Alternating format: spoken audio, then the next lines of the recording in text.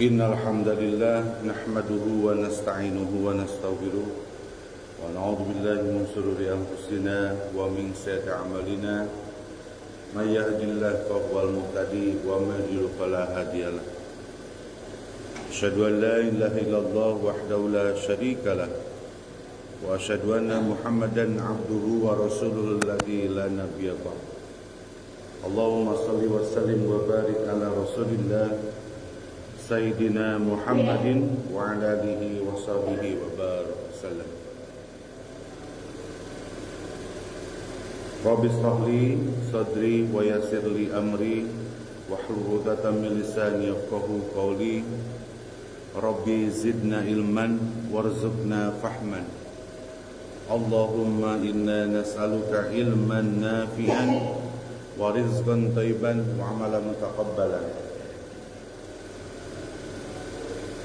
Bismillahilladzi la yadurru ma'asmihi syai'un qad wala fis sama' wa huwas samiul alim. Raditu billahi rabba wa bil islami dina wa bi Muhammadin sallallahu alaihi wasallam nabiyya wa rasulah. La ilaha illallah wahdahu la syarika lah, lahul mulku wa lahul hamdu wa huwa ala kulli syai'in qadir. Subhanallah wa bihamdihi astaghfirullah wa atubu ilaih. Hadirin ibu bapa yang kami muliakan, rahimakumullah. Alhamdulillah,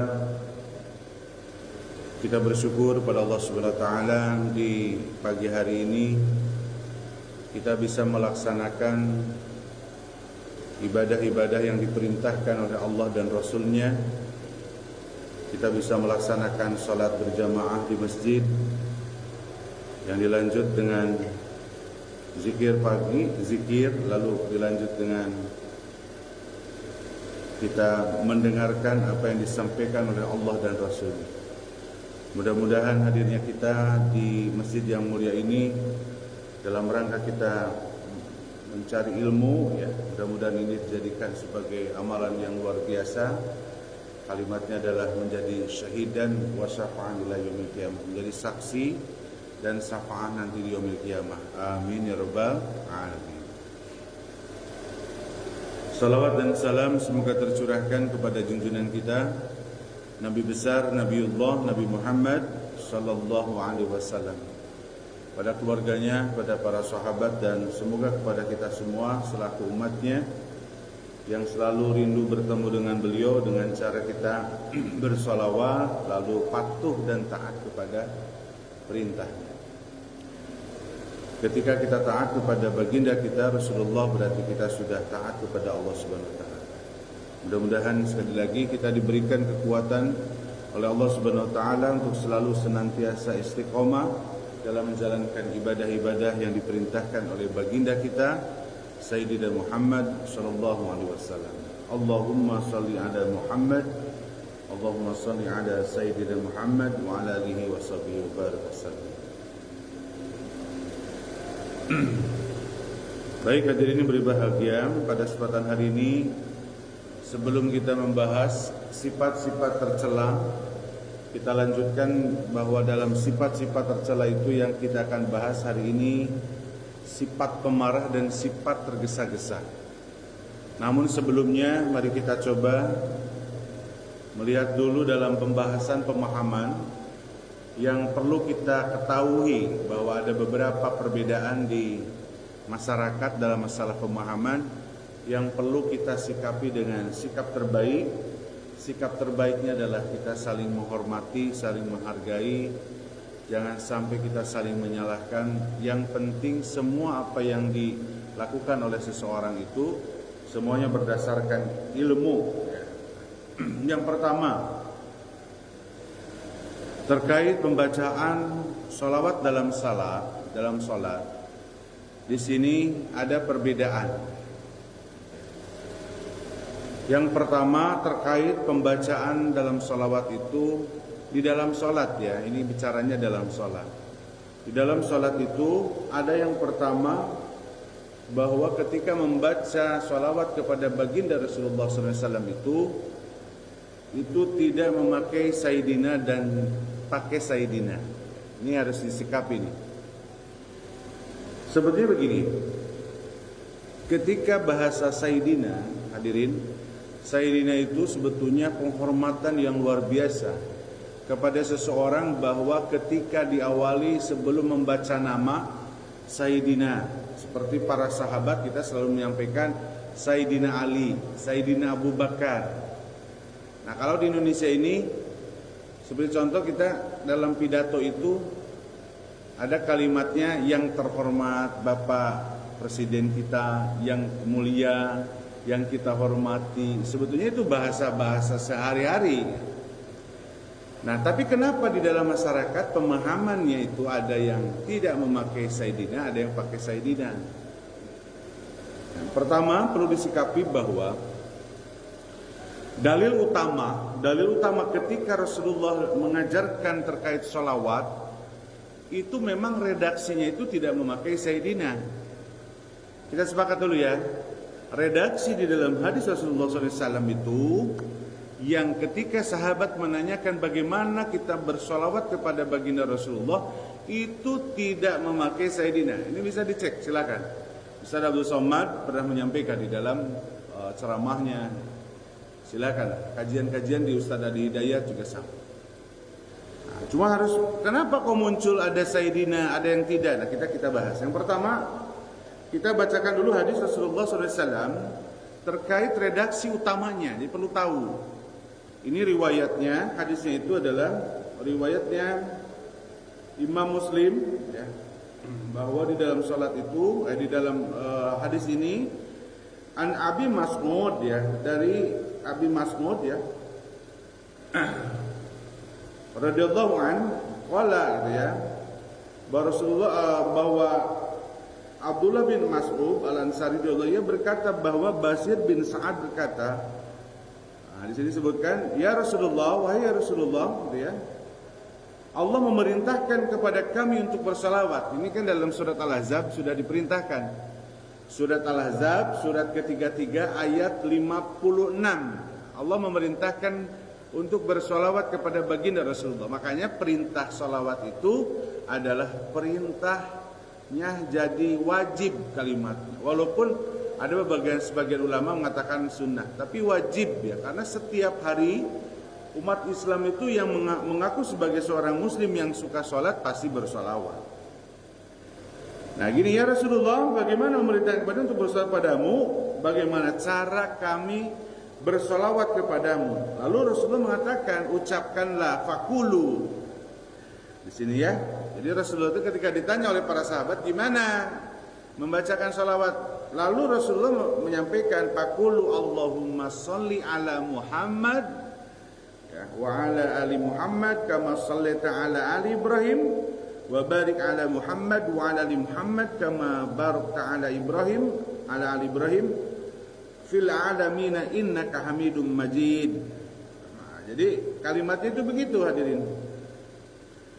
Nah, di sini perlu disikapi bahwa redaksi awal ketika melihat hadis itu tidak memakai Sayyidina.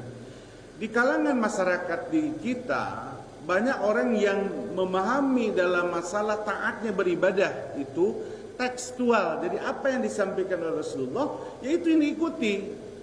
Tidak harus ada tambahan gitu ya kalimatnya. Ini harus disikapi nih. Oh pantas ada orang tuh yang Allahumma sholli ala Muhammad di dalam sholat ya. Karena di dalam sholat itu perintah sholawat itu menjadi sebuah bacaan yang rutin, yang memang dicontohkan oleh baginda Rasulullah. Makanya ketika seseorang bersolawat itu hadirin, dia memurnikan apa yang diperintahkan oleh baginda Rasulullah SAW. Jadi kalimatnya tidak ada tambahan. Paham ya hadirin? Jadi kalau ada orang yang ketika membaca solawat pada saat sholat atau pada saat di luar sholat, lalu dia tidak memakai kalimat Sayyidina Muhammad, pakai Sayyidina, berarti pemahamannya yang itu, gitu ya. Ah cuman itu sopan ya, nanti kita coba lihat. Ah itu makan kalimat-kalimat yang dimana untuk supaya ribut kalimatnya, gitu ya. Tapi yang kita harus sikapin sekarang, oh ada pemahaman itu, gitu ya. Gitu ya, jadi ibu bapak yang kami hormati. Nah terus kenapa kok sekarang pakai Sayyidina? Nah, jadi gini kalimatnya. di dalam hadis Rasulullah SAW, dalam hadis riwayat Muslim juga, ya, dalam Sahih Muslim itu ada satu kalimat baginda Rasulullah mengatakan begini, ya, gitu ya. Ana sayyidu waladu Adam yaumil qiyamah. Saya adalah sayyid tuan, gitu ya. Jadi Rasulullah pernah mengatakan dalam hadis Muslim pun mengatakan ana sayyid, saya itu sayyid, katanya. Saya ini adalah tuan, ya, pada saat ketika anak Adam dari hari kiamat. Dari sinilah para ulama, khususnya para madhab Imam Syafi'i, mazhab Imam Syafi'iyah, ya. Jadi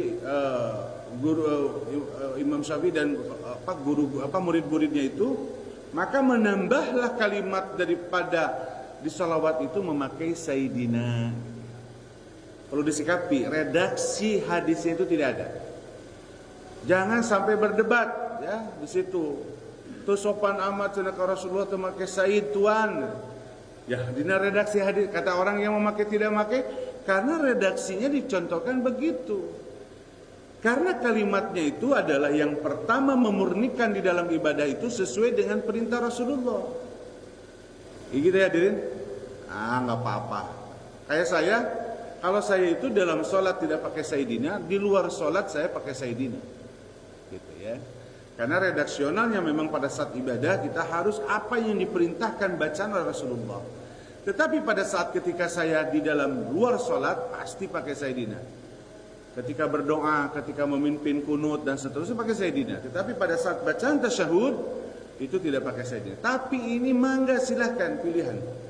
Karena alasan daripada memakai Sayyidina pun adalah disebutkan di dalam hadis terkait bahwa Rasulullah pernah mengatakan anna sayyid, saya adalah tuan Sayyid itu, ya.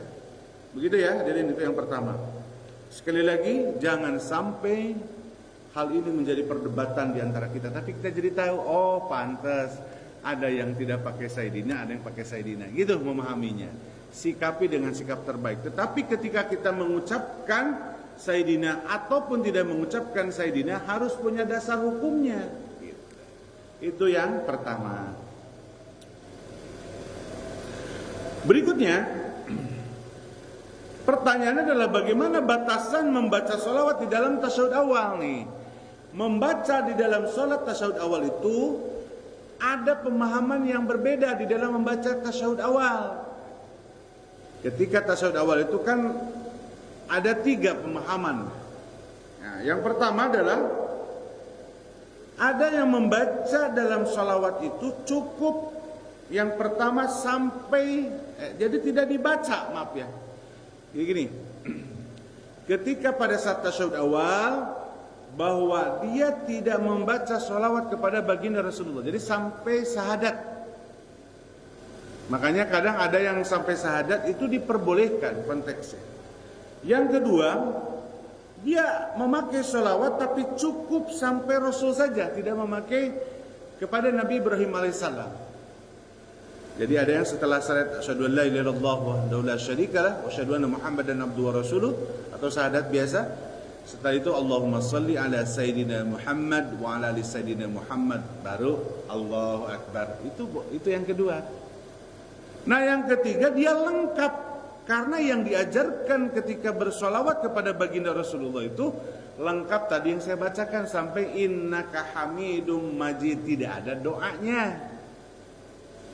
Makanya kadang suka ada orang yang lama dalam melakukan solawat pada saat tasyahud awal, ada yang suka lama, ya itu mungkin sampai lengkap.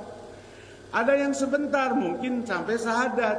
Ada yang mungkin tengah-tengah sedang, berarti sholawatnya sampai 1 saja, sampai baginda Rasulullah SAW. Gitu ya. Jadi ini pemahaman harus kita sikapi teman-teman. Jangan sampai yang 3 pemahaman ini ayo ngobrol berdebat, nanti nggak tuntas-tuntas. Yang jelas kita harus tahu bahwa pemahaman batasan dalam membaca sholawat di dalam tasyahud awal itu ada yang seperti itu. Ada yang tidak membaca, jadi sampai syahadat seperti asyhadu an la ilaha illallah wa asyhadu anna Muhammadar Rasulullah, Allahu akbar. Jadi ya, itu diperbolehkan. Atau sampai sholawat hanya sampai kepada baginda Rasulullah, baru yang ketiga lengkap sampai innaka hamidum majid.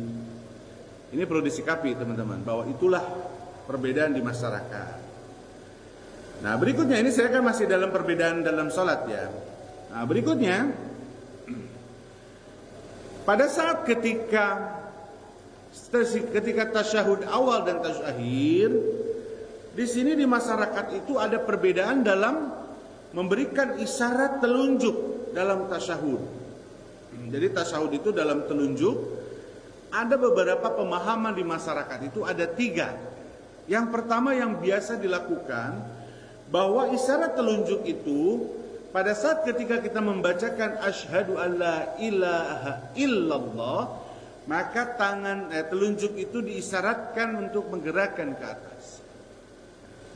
Ini dasarnya seperti apa? Kita coba bacakan dulu ya. Ini dalam hadis riwayat Muslim ya. Dari hadis ini terjadilah pembahasan menjadi sebuah 3. Nah, tapi kalau yang 2-nya itu ada dasar hadis yang lainnya. Bahkan Ustadz Adi Hidayat itu telah mengungkapkan banyak hadis terkait masalah yang kedua dan ketiga. Yang pertama itu begini. Karena idza jalasa fi sholati wa da'a kafatul yumna. Disebutkan bahwa Nabi SAW ketika duduk dalam sholat, duduk tasyahud, beliau meletakkan telapak tangan yang kanannya di paha yang kanan. Udah jelas ya. Terus telapak beliau yang tangan kirinya kepada tangan yang kiri. Beliau menggandengkan seluruh jarinya dengan isyarat dengan jari telunjuk yang berada di samping jari jempol. Jadi kalau dalam hadis itu membuat sebuah simbol 53. Jadi merekatkan dan jempol lalu telunjuknya begini. Jadi jangan begini, tetap ditarik ya Rasulullah itu, dieratkan ya. Jadi jangan si tangannya itu begini, gitu ya. Tapi harus dieratkan. Beliau meletakkan telapaknya di paha kirinya. Di sini disebutkan kalimatnya dan berisyarat dengan jari telunjuk yang kanan itu ya hadirin. Dari sini pada saat ketika kenapa pada saat mengisyaratkan menggerakkan itu illallah itu dari mana? Itu ijtihad para ulama terkait masalah bahwa di Arab itu bahwa menunjukkan ahad, menunjukkan adanya satunya Allah itu selalu tangannya satu. Begini, ahad itu menyimbolkan. Akhirnya pada saat ketika menafsirkan hadis ini memberikan isyarat, disebutkan memberikan isyarat itu, maka para mazhab Imam Syafi'iyah itu mengatakan bahwa pada saat ketika asyhadu alla illallah mengangkat bahwa telunjuk di situ Allah lah satu, ya. Paham ya, hadirin? Jadi itu pemahaman yang biasa dilakukan beberapa di masyarakat, bahkan kebanyakan di masyarakat seperti itu. Nah, ada yang kedua, ini dalam pembahasannya itu pada saat ketika membaca tasyahud baik awal ataupun akhir, maka pada saat ketika dia mengatakan bacaan yang dicontohkan oleh Rasulullah itu kan doa at-tahiyat, setelah at-tahiyat dia mengangkat telunjuknya, ya. Makanya suka ada yang langsung gitu ya, betul ya di masyarakat itu. Ini itu sebetulnya ini pada saat ketika Rasulullah mengatakan bahwa ketika Rasulullah membaca doa, maka dia memberikan isyaratnya dengan telunjuknya dan telunjuknya diam, tidak digerak-gerakkan. La yuharriku dalam hadis ini, tidak digerakkan. Jadi ada orang itu ketika at-tahiyat langsung berdiri aja begitu, nggak ada yang menggerak-gerakkan, diamkan, didiamkan, ya. Nah, yang pertama tadi dia ke bawah dulu pada saat ketika syahadat dia mengangkat, digerakkan isyaratnya. Yang kedua pada saat ketika membaca at-tahiyat langsung mengangkat jari tertunjuk. Itu hadisnya ada. La yuharriku itu, tidak menggerakkan. Ada orang yang mendiamkan.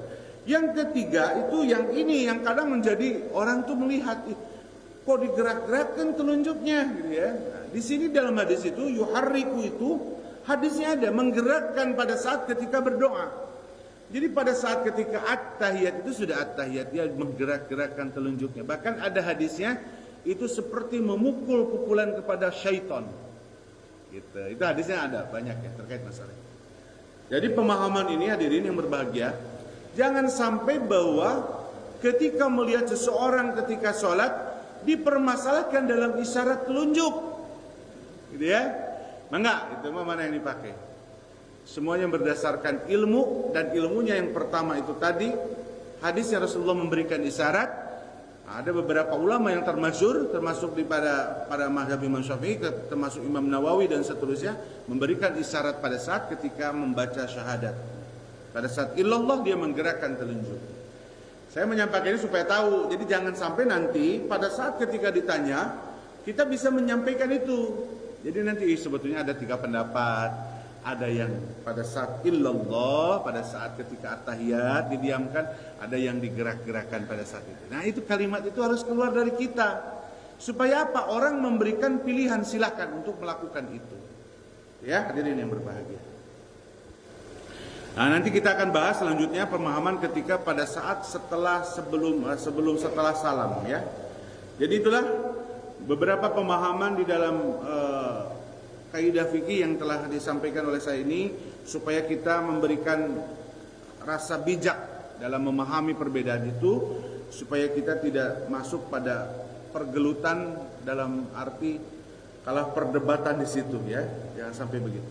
Kita saling menghargai aja. Kalau saya sudah santai melihat orang itu, ya santai lah, karena udah tahu bahwa posisi, oh iya dia ngambilnya di situ. Oh saya di sini, dia di situ. Ngapain didebatkan? Apalagi benci, apalagi nggak mau kenal, nggak mau ini, itu mah udah. Itu mah hatinya kotor, ya hadirin yang berbahagia. Baik hadirin yang berbahagia, itu saja yang bisa disampaikan terkait masalah beberapa pemahaman.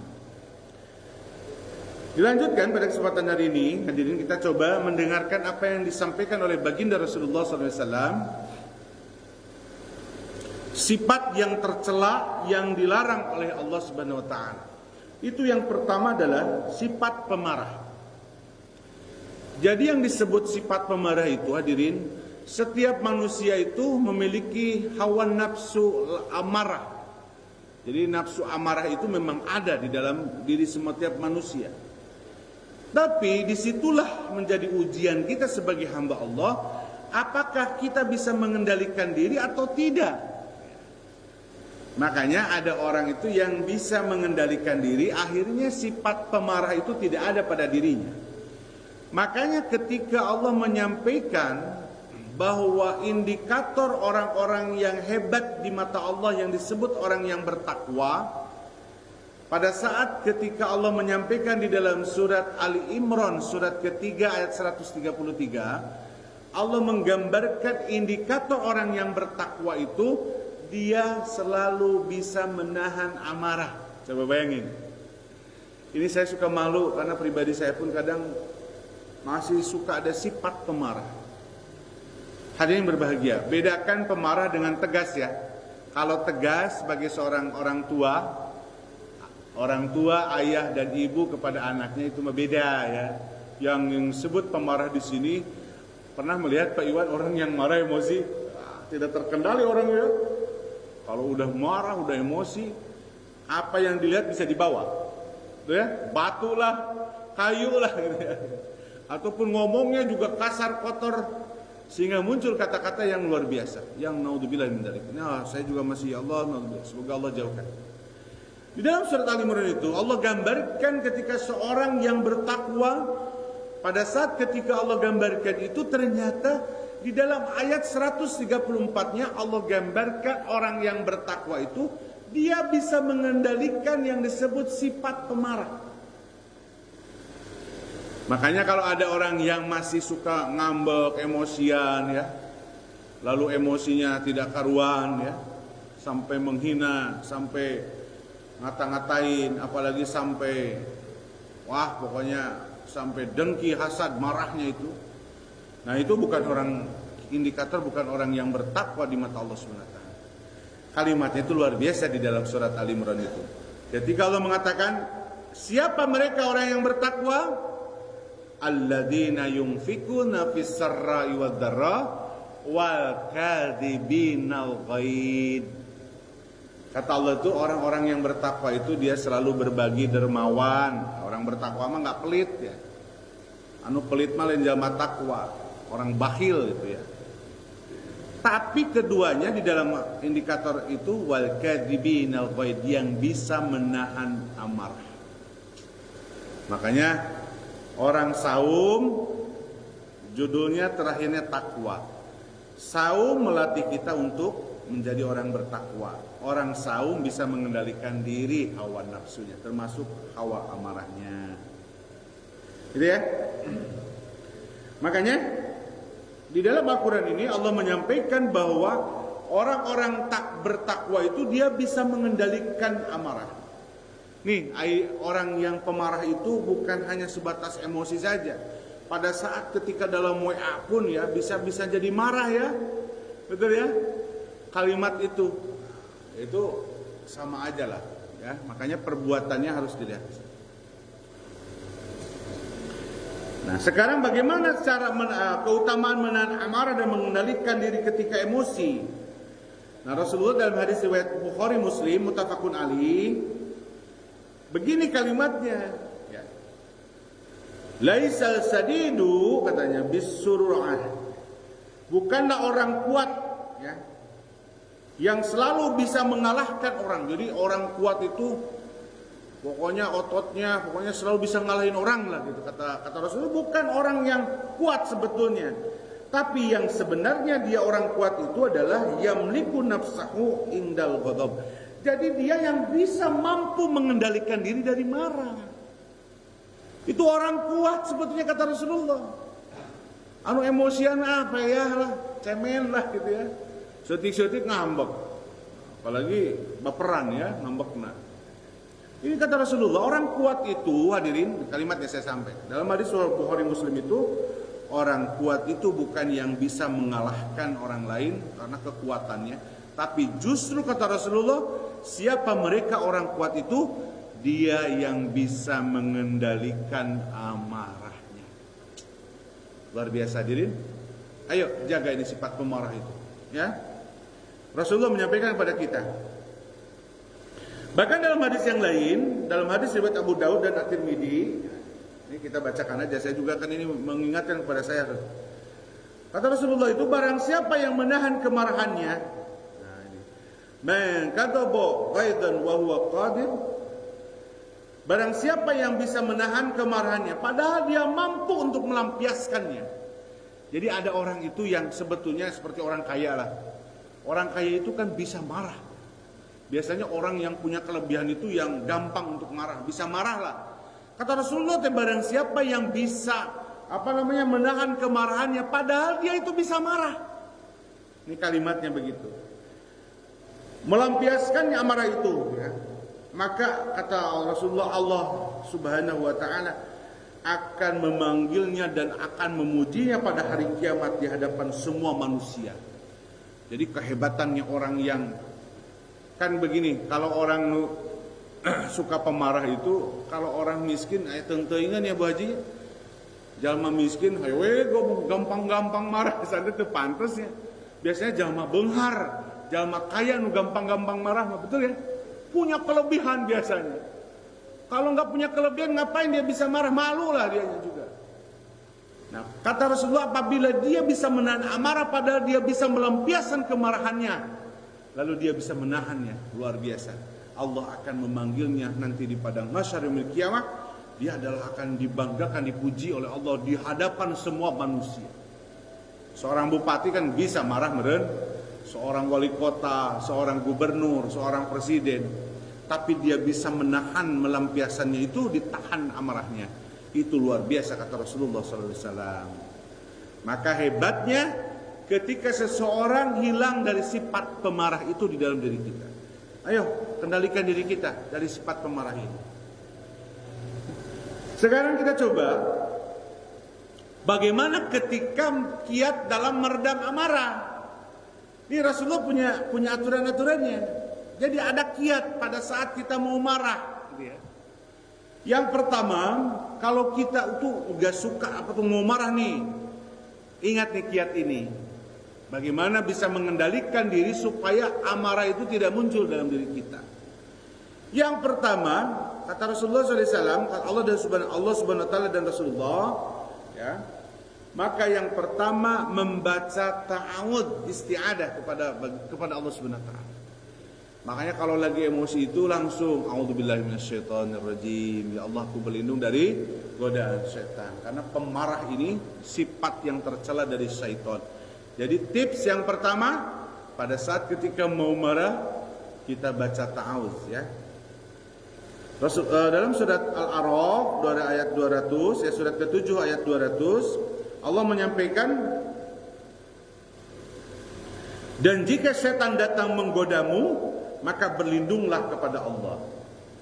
Wa imma yanzaghannaka minasyaiton, katanya gitu, kata Allah Subhanahu wa taala kepada kita, nazgun fasta'id billah. Kalau ada setan yang menggodamu, kata Allah, maka berlindunglah, fasta'id billah, bacakanlah ta'ud. Makanya kalau membaca Al-Qur'an pun membaca ta'ud di awal, isti'adzah, berlindung kepada Allah Subhanahu wa taala. Makanya yang namanya a'udzubillahi minasyaitonirrajim itu adalah sesuatu yang harus kita bacakan setiap ketika kita digoda oleh syaitan. Jadi ketika digoda itu banyak ya godaan setan kepada kita itu. Salah satunya adalah sifat memarah itu. Makanya yang pertama tipsnya itu adalah kata Allah Subhanahu wa taala dalam surat Al-A'raf surat ke-7 ayat 200 bahwa kita harus isti'adzah, berlindung kepada Allah Subhanahu wa taala. Makanya hadirin, tips yang pertama ya. Bahkan di dalam hadis Rasulullah SAW ya, salah satu kalimat kata Rasulullah SAW, sesungguhnya ada satu perkataan yang dibaca tentu bisa menghilangkan rasa marahnya. Rasul mengatakan jika ia mau membaca a'udzubillahi minasyaitonirrajim, maka niscayalah kata Rasulullah kemarahannya akan hilang di dalam dhahaba anhu ma yajid. Dhahaba itu hilang tuh. Kalau lagi marah lalu mengucapkan isti'adzah a'udzubillahi minasyaitonir rajim, pasti ada kolon ke bawah ya, Pak Sawet ya. Keur ngambek, arek ngambek a'udzubillahi minasyaitonir rajim. Pastilah ya hati ini ya, beda jeung anu teu inget ke Allah, tidak berlindung kepada Allah. Makanya tips yang pertama dalam kiat kita masalah untuk ketika mau menahan amarah itu apa tadi? Membaca isti'adzah. Bahkan dalam hadis Rasulullah SAW menyampaikan, idza ghadiba rajula, apabila seseorang itu dalam keadaan marah, lalu faqala, lalu mengucapkan a'udzubillahi minasyaitonirrajim, artinya berlindung kepada Allah, maka sakana ghadbuhu, kata Rasulullah, maka akan redam amarahnya. Pernah enggak erek ngambek urang teh baca isti'adzah kepada Allah? Jarang ya? Asan teh asa jarang ya? Lamun ngambek a'udzubillahi minasyaitonirrajim jarang ya? Jarang lah orang begitu. Makanya kata Rasulullah pada saat ketika kita mau marah, maka ketika kita a'udzubillahi minasyaitonirrajim diucapkan, maka itu akan meredamkan amarah kita. Itu yang pertama tipsnya. Yang kedua, tipsnya itu ya, ketika pada saat marah itu kan yang kedua, maka konsep tipsnya kita harus diam, jangan ngomong. Karena biasanya kalau orang marah itu mengeluarkan kata-kata yang banyak, sampah dari mulutnya itu banyak keluarnya. Benar ya?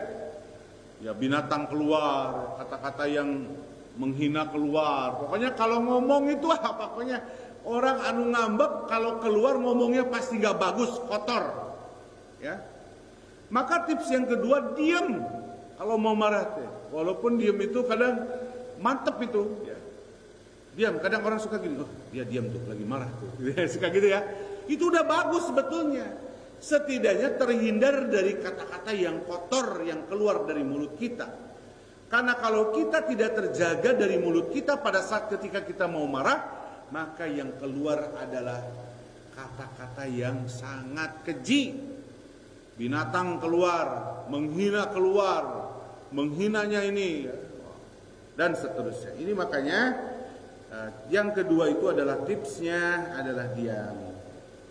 Rasulullah mengatakan, ini kata Rasul bukan kata saya. Rasulullah mengatakan dalam riwayat Ahmad, wa idza ghadiba ahadukum, apabila seseorang marah ya, fal yaskut, diam. Cek Rasul dalam ngambek cicing ulah ngomong. Nah ini yang kita tidak tahu kadang seperti itu. Makanya kalau mau marah itu mendingan menyingkir ya, menghindar gitu ya, supaya bisa tidak ngomong. Maka tips yang kedua itu begitu. Tadi apa? Baca, berlindung kepada Allah. Yang kedua harus diam. Ini perintah Rasulullah SAW.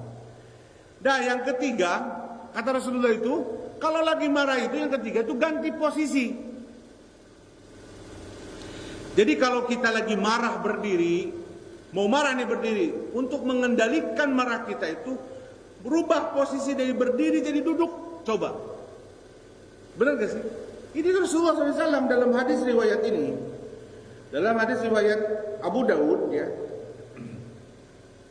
Idza ghadaba ahadukum, apabila seseorang marah, katanya, kata Rasulullah itu, wa huwa qaimun, dia sedang berdiri, maka fal yajlis, duduk.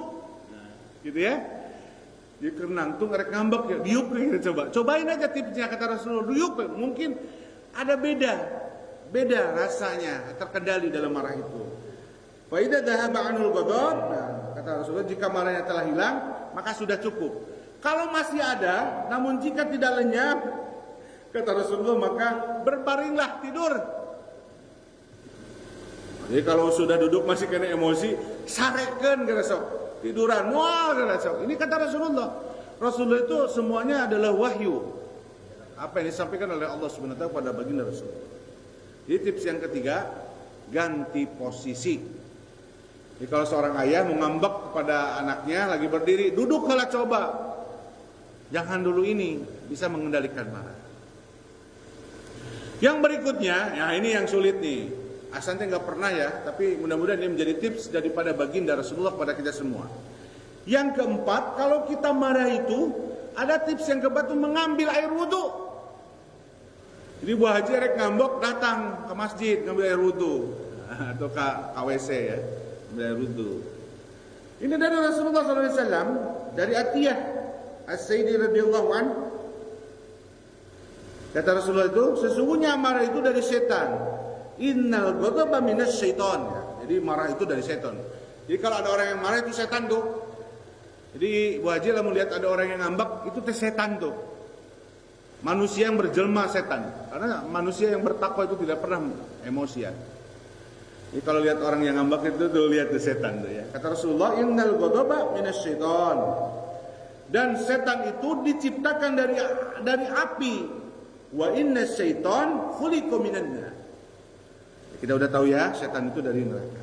Apabila salah seorang dari kalian marah, nah di sini kalimatnya itu. Wa fa idza ghadaba ahadukum falyatawadda, kata Rasulullah. Kalau kamu pada saat mau marah, ambil air wudu. Jadi kalau ayah lagi mau marah ke istrinya, berangkat ke tempat wudu, ambil air wudu. Masuk gitu, wet. Kesataranya wudu mek salatnya unggul. Salatnya unggul. Ini memang tips dari Rasulullah hebat hadirin. Jadi tadi apa? Satu, baca a'udzubillahi minasyaitonir rajim. Kedua, diam. Ketiga, ganti posisi. Keempat, wudu.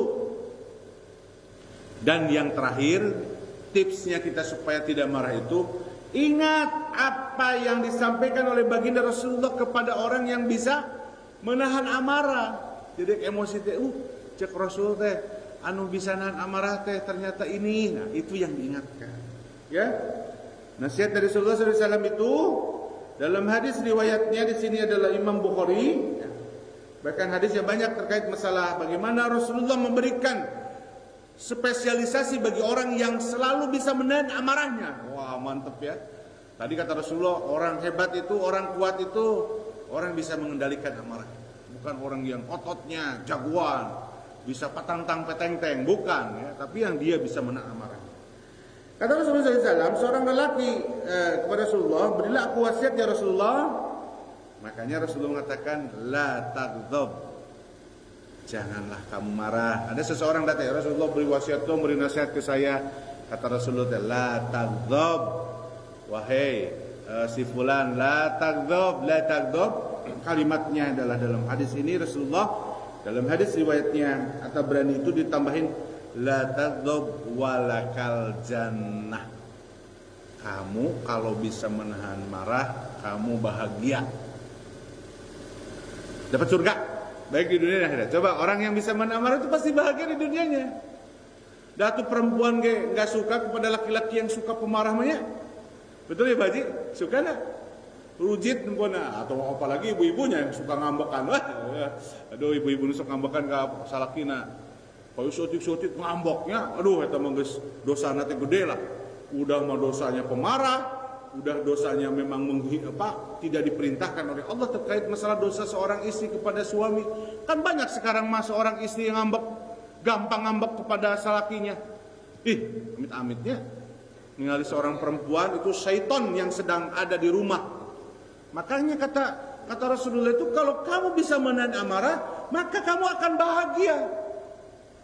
Datu cobalah memboga salaki tara ngambek, ya ngomongnya hebat, punya istri begitu. Dan di rumah tangga teh samawa artinya tenang sakinah. Ieu mah di imah teh datang, kakarak datang, ya. Pemajikan teh geus kumanya istri teh. Nih, naudzubillah min dzalik. Amit-amit ya. Eta di TikTok eta. Di TikToknya begitu ada laki-laki teh berani ya ke perempuan teh. Bahwa saya tidak mau di TikTok gitu. Itu kata teman saya ke istrinya, kalau saya mah enggak ada ibunya, sieuneun ku pamajikan. Coba lalaki sieun ku pamajikan, ngerakeun nya. Da pamajikanna galak siga helder. Sutik-sutik diambek, sutik-sutik diambek.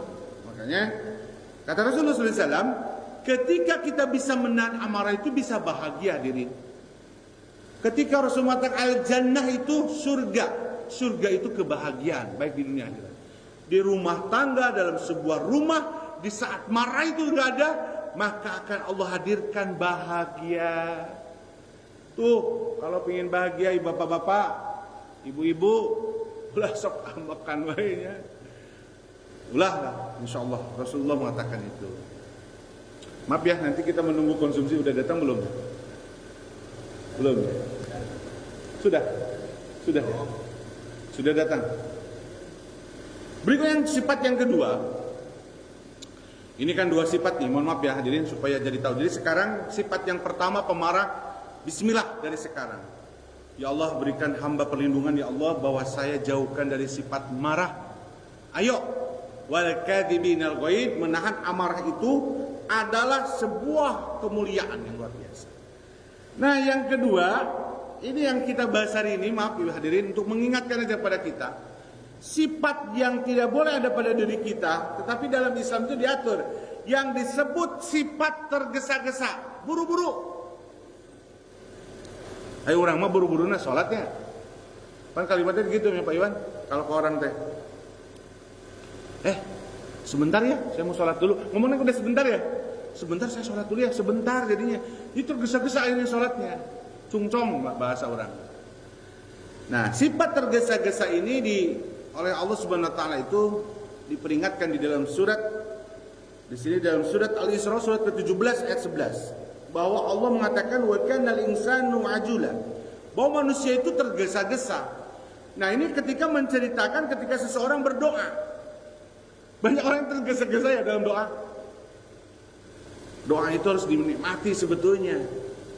Ini kadang ada yang doa teh, ini Rasulullah Allah mengatakan wa yad'ul insanu bisyarri du'aul khaibil khairat. Ini udah menceritakan doa nih. Banyak orang tergesa-gesa dalam doa. Ayo doa teh santai. Keun aya keur mimpin jadi imam ada mah waktunya. Ayo mah kadang imaman doana panjang tuh ya. Keur ngadoa teh si makmum teh lila amat ngadoa teh. Sedang-sedang melah ulah saeutik teuing ulah panjang teuing doa. Dai doa anu bagus mah sendiri kepada Allah Subhanahu wa taala. Pada saat disiat tidak tergesa-gesa dalam berdoa itu. Ka Allah ya Allah, lindungi hamba ya Allah. Rabbana la tu'akhidna in nasina. Ya Allah, jangan kau hukum ketika hamba salah ya Allah. Dinikmati doa itu. Nah, itu ya. Jadi tergesa-gesa itu tidak boleh di dalam tapi dalam Islam itu ada yang boleh tergesa harus buru-buru dalam mengerjakan. Ini perlu saya kasih tahu nih. Ini kata Rasulullah. Apa yang ada yang buru-buru itu? Yang pertama katanya, kalau ini nih, ini sifatnya dari Rasulullah SAW itu, cenah kalau tergesa-gesa itu nggak bagus, tapi boleh dalam 5 hal. Wah, 5 lagi, cepetin ya. 1. Menyegedarkan dalam memberi makan kepada tamu. Ya, ayat tamu teh Rasulullah itu memerintahkan memuliakan tamu dan menyegerakan suguhan hidangan kepada tamu. Ya orang mentenya melihat tamu tuh, tamu ya, kudu nyuguhan ya, kudu nyuguhan ya. Gitu. Saya gesok itulah hadirin, tapi ini nasihat ya Allah, mudah-mudahan kita diberikan hidayah. Jadi pertama yang dibolehkan tergesa-gesa itu adalah memuliakan tamu, memberikan hidangan. Jadi ulah kieu kalimatnya jadi seorang yang di rumah teh. Tamu lagi sakedeung ieu gitu nya. Teh kudu dikeluarkeun hidangan mah keun we heula. Nempo heula ieu lila teu, mun lila dikeluarkeun mun teu keun we lah. Gitu ya. Masuk gitu ya kita ge, saya sok kitu. Lah sakedeung ieu teu kudu lah, kudu disuguhan gitu lah. Padahal kata Rasulullah segera kalau nyuguhan teh. Da urang mah tara tuh nya Bu Haji nyegerakeun suguhan teh. Nempo heula lilanteuna. Geus disuguhan teh ditempukeun disuguhan teh nya. Di dahar teu gitu nya. Mun di dahar loba teh loba pisan ngadaharna hate gitu. Padahal mah bebaskan. Nah, ini Rasulullah mengatakan dalam hadis. Barang siapa man kana yu'minu billahi wal yawmil akhir falyukrim daifahu. Kata Rasulullah itu, barang siapa yang beriman kepada Allah dan hari akhir, muliakanlah tamumu, kalimatnya. Coba di dalam Al-Quran itu cerita siapa nabi yang hebat dalam menjamu kepada tamu itu, yaitu adalah Nabi Ibrahim alaihissalam. Rasulullah hebat toh. Tapi di dalam Al-Quran diceritakan bahwa bagaimana bagaimana Nabi Ibrahim alaihissalam diceritakan dalam surat surat Az-Zariyat 24-27 itu, kehebatan bagaimana baginda Nabi Ibrahim alaihissalam menjamu tamu. Makanya kehebatan Nabi Ibrahim itu wah luar biasa. Makanya kalau ada orang yang kaya, wah kudu hebat lah. Jadi menjamu tamu teh sudah mah pelayanannya, tempatnya yang bagus, suguhannya bagus, baliknya dibere deui. Suka ada orang teh kalau udah namu teh gini ya, si orang yang teh apa namanya? Yang di rumah tuh. Iya candak ya, dibungkuskeun sakaya begitunya. Wah eta mantep itu. Kadang kita mah kan lamun teu didahar, alhamdulillah ya. Ya teu didahari hidangannya. Nabi Ibrahim itu hebat di dalam surat ini nih, cerita dulu nih. Kehebatan Nabi Ibrahim, kan kita sudah tahu ya. Cerita Nabi Ibrahim alaihissalam itu figur mencontohkan bagaimana dia menjamu seorang tamu. Dalam Al-Quran itu dalam surat Az-Zariyat, baginda Rasulullah, baginda Nabi Ibrahim alaihissalam diceritakan bahwa makanya gini. Hal ataka hadisun dhaifi Ibrahim al-mukarramin? Sudahkah wahai Muhammad cerita bagaimana Nabi Ibrahim memuliakan tamu? Jadi Allah kepada Rasulullah waktu itu memberikan wahyu, kamu sudah tahu enggak Muhammad kehebatan Nabi Ibrahim dalam menjamu tamu? Kata Rasulullah, gimana ya Allah, diceritakan di dalam Al-Quran ini.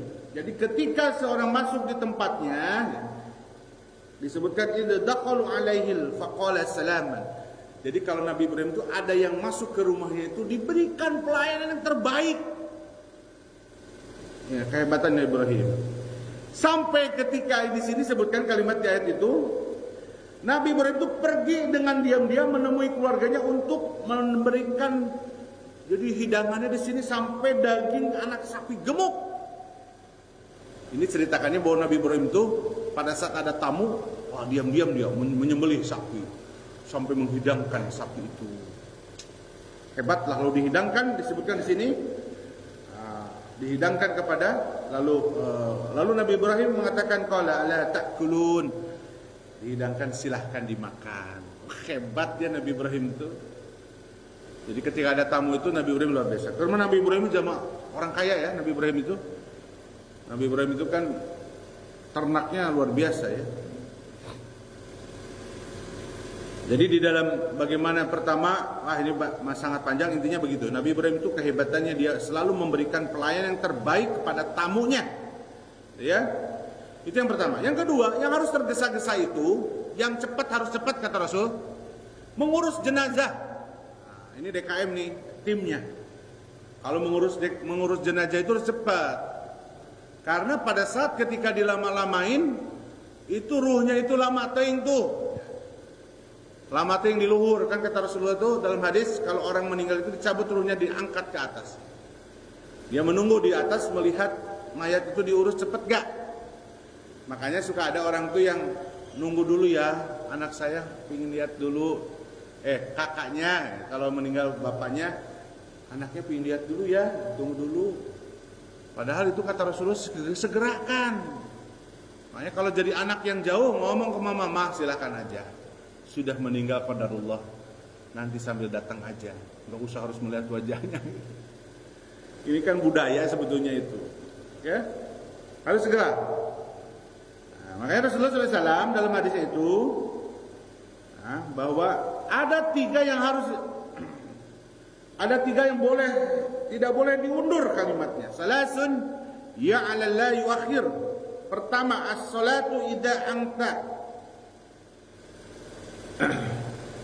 Yang pertama, bila salat itu sudah tiba waktunya. Jadi kalau salat sudah azan itu jangan ditunda-tunda. Yang kedua adalah jenazah kalau sudah meninggal, ya. Jadi jangan sampai dan yang ketiga janda yang telah menemukan jodohnya, jangan dilama-lamain kalau janda mah ya. Kata Rasulullah itu tiga yang nggak boleh diundur-undur. Satu sholat, kedua jenazah dipercepat untuk pengurusannya, bukan ini yang ketiga seorang janda yang kalau ada yang cocok jangan dilama-lamain kalau janda ya. Nggak ada pacaran lah ya. Segera untuk ditikahkan. Nah, jadi jenazah itu begitu ya. Segera mengurus jenazah. Berikutnya yang ketiga yang mensegerakan itu menikahkan gadis. Jadi kalau nanti ada bapak-bapak yang punya anak gadis, kalau anak gadis itu sudah ada yang udah dewasa, udah siap untuk menikah, lalu ada jodohnya, nikahkan, cepatkan, udah lama-lama. Mau ayo nu budaya teh, ayo nang tuker cincin dulu cenah. Kayak nikahna 5 tahun deui udah mah dosa besar ya pacaran itu. Maka kata Rasulullah SAW dalam hadis riwayat At-Tirmidzi, jika ada yang ridho agamanya, akhlaknya datang untuk melamar. Jadi kalau ada akhlaknya bagus, lalu kamu suka, dia melamar gadisnya, tikahkan. Nah, yang berikutnya, yang keempat yang harus segera itu melunasi hutang. Ya kalau melunasi hutang itu ulah lila-lilanya. Apalagi yang punya hutangnya itu lebih galak ya. Nah, jadi pertama nama, nyunkeun ya tulung bantosan, tulungan. Terus dibere etek ditagih. Aduh, kalau lebih galak. Makanya orang-orang yang punya hutang lalu dia tidak membayar hutang itu padahal dia mampu, maka Allah akan hentikan rezekinya. Makanya orangnya tidak akan pernah bahagia. Susah orang yang gitu. Wah, banyak hadisnya nih. Sebenarnya masih banyak waktunya ya. Kalau masih banyak waktunya dibacakan, tapi pada prinsipnya begitu. Jadi dilarang oleh Allah Rasulullah SAW. Jadi kalau orang yang sudah punya hutang itu segera membayarnya. Kalau udah punya duitnya jangan dietik-etik, bikin, bayarkan. Ingat ketika minjemnya, lagi minjemnya hebat, aigus buganya, ayo cuk minjem deh, katempo udah meuli motornya, mana nama cina. Padahal buka hutang ke saya. Itu nanti bila mendaliknya. Itu orang pasti sengsara. Makanya disebutkan di sini kata Rasulullah terakhir nih dari Ibnu Majah, ketika seseorang tidak bisa melunasi hutangnya, ditunda-tunda, maka kata Rasulullah itu dia statusnya pencuri. Sini disebutkan. Ya. Jadi yang namanya maling disebutkan. Makanya hati-hati. Dan yang terakhir adalah yang harus disegerakan adalah bertaubat kepada Allah Subhanahu wa taala ketika melakukan dosa. Jadi kalau sudah dosa segera beristighfar, segera kita bertaubat yang kepada Allah Subhanahu wa taala. Ya Allah, ampuni, astagfirullahaladzim, Bapak sudah melakukan dosa. Bismillah, berazam supaya kita tidak melakukan dosa tersebut. Banyak sekali hadisnya yang harus saya sampaikan, tapi pada prinsipnya yang boleh disegerakan, yang diperintahkan untuk segera itu ada 5. Satu adalah apa tadi? Yang satu itu bahwa ketika pada saat yang pertama itu apa tadi? Ya, menghidangkan jamuan kepada tamu itu harus disegerakan, jangan ditunda-tunda. Yang kedua adalah jenazah, ya, diurus cepat. Yang ketiga, kalau ada anak gadis yang sudah siap ada yang melamar, jangan dilama-lamain. Nggak ada istilah apa? Tukar cincin lama-lama, tentukan tanggalnya, pakai perimbon tanggal Kalau dia sudah kawinkan, gitu ya, langsung tikahkan supaya dapat pahala besar. Yang keempat tadi apa? Yang punya hutang lunasi. Awas nih, yang punya hutang kalau sudah punya lunasi, jangan ditunda-tunda. Yang terakhir adalah bertaubat itu harus segera. Terakhirnya wasarimu ila maghfirah, bersegera dalam memohon ampun kepada Allah Subhanahu wa taala. Demikian bisa disampaikan pada kesempatan hari ini. Terima kasih yang hadir pada kesempatan hari ini. Mudah-mudahan apa yang saya bacakan ini memberikan nasihat buat saya pribadi, buat kita semua, dan semoga sifat-sifat tercela ini jauh dari pribadi kita. Sifat pemarah dan sifat tergesa-gesa, apalagi tergesa-gesanya dalam kebaikan, khususnya yang tadi mah boleh, yang 5, selain 5 itu tidak boleh. Apalagi sholatnya cepat ya, gesa-gesa ya, wudunya tergesa-gesa, itu nantinya bisa membatalkan sholat kita, membatalkan wudhu kita. Demikian yang bisa disampaikan, mudah-mudahan bermanfaat. Kita akhiri dengan doa kafaratul majlis. Mari kita nanti setelah ini kita melakukan sarapan pagi silaturahim. Bismillahirrahmanirrahim. Subhanakallahumma wa bihamdika asyhadu an la ilaha illa anta wa astaghfiruka wa atubu ilaik. Aqulu qouli hadza wa astaghfirullahi wa lakum. Wassalamu alaikum warahmatullahi wabarakatuh.